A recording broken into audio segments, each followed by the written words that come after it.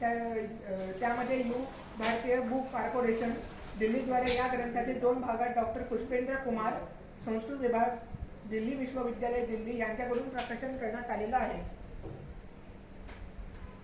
त्यानंतर या ग्रंथामध्ये पुढील प्रमाणे वास्तुशास्त्र स्पष्ट करण्यात आलेलं आहे। वास्तुशास्त्र संबंधातला हा अतिशय प्रसिद्ध ग्रंथ ओळखला जातो। हा अतिशय आदर्श ग्रंथ म्हणून ओळखला जातो। यामध्ये या विषयासंदर्भात अतिशय उत्कृष्ट मार्गदर्शन करण्यात आलेलं आहे।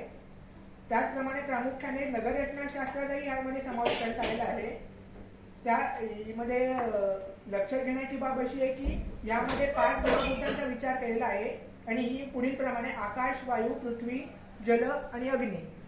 त्याच्यानंतर पहिलं प्रमुख तत्व आहे आकाश। या तत्वाची अतिशय विस्तृतपणे यामध्ये चर्चा केलेली आहे आणि विश्लेषण केलेलं आहे। पूर्वीच्या काळी बांधलेल्या घरांमध्ये याचा विचार करून घरांची छते ही जास्तीत जास्त म्हणजे उंचावर कशी बांधली जातील ह्याचा विचार तिथे केला गेला असल्याचं प्रामुख्याने दिसून येतं, जेणेकरून या घरांमध्ये या तत्वाचा अवलंब केला जाऊ शकतो असं यामध्ये प्रतिपादन करण्यात आलेलं आहे आणि यानुसार मार्गदर्शन करण्यात आलेलं आहे।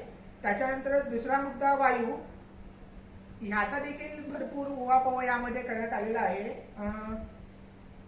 एक गोष्ट लक्षात घ्यायला हवी की वायू हा सर्व सजीवांना जगण्यासाठी अतिशय आवश्यक असलेली गोष्ट आहे।